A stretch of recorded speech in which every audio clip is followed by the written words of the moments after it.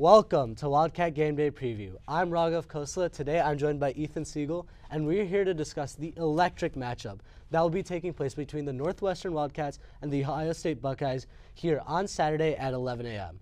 However, before we look at that game, Ethan, I want to take you back to last Saturday in Iowa when the Cats traveled to face the Hawkeyes and got a beatdown. The final score was 33-13, and the Cats just looked outmatched on both ends of the ball.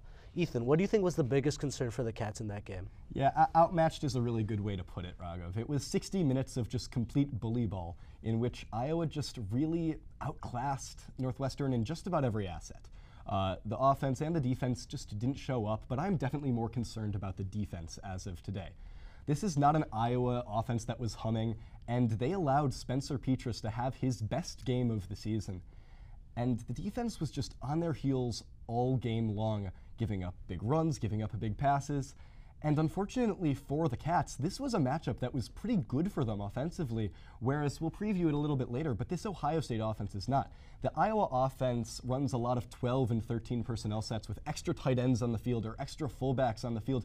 So they can play a physical brand of football, which allows Northwestern to keep their linebackers on the field, which has always been a staple of Pat Fitzgerald's defenses, going back from Anthony Walker to Patty Fisher to Blake Gallagher. The defense has historically always ran through the linebackers, and they've really established a physical brand of football.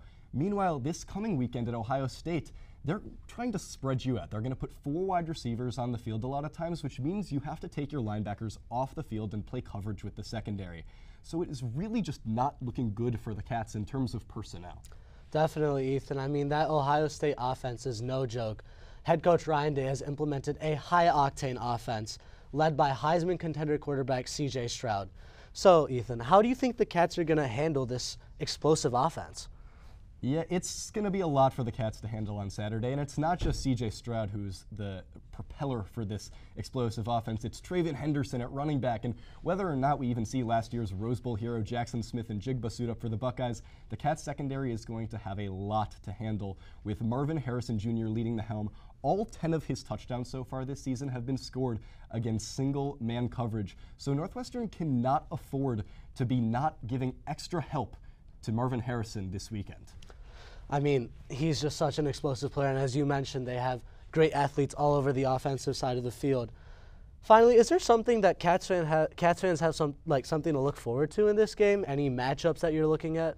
Yeah, absolutely. One thing about this year's Cats team, although they have been disappointing, is they really do have some future NFL talent on the field, and that starts with offensive tackle Peter Skoronski, who as of now is looking like he might be a top 10 pick in the NFL draft this coming April, and this weekend will be a huge test for him as he will face off against an Ohio State pass rush that features not only Zach Harrison, but JT Tuimoloau, who had the game of his life last weekend against Penn State, breaking out with sacks, with tackles for losses, with interceptions, forced fumbles, and even a touchdown.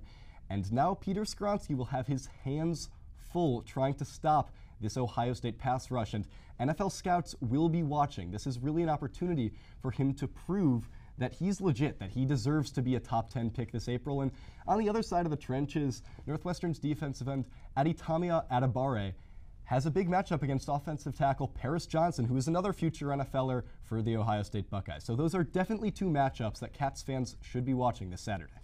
Hopefully Skoronski can prove his mantle against such a strong Ohio State pass rush. Now, it's time for your prediction, Ethan. What are you looking at?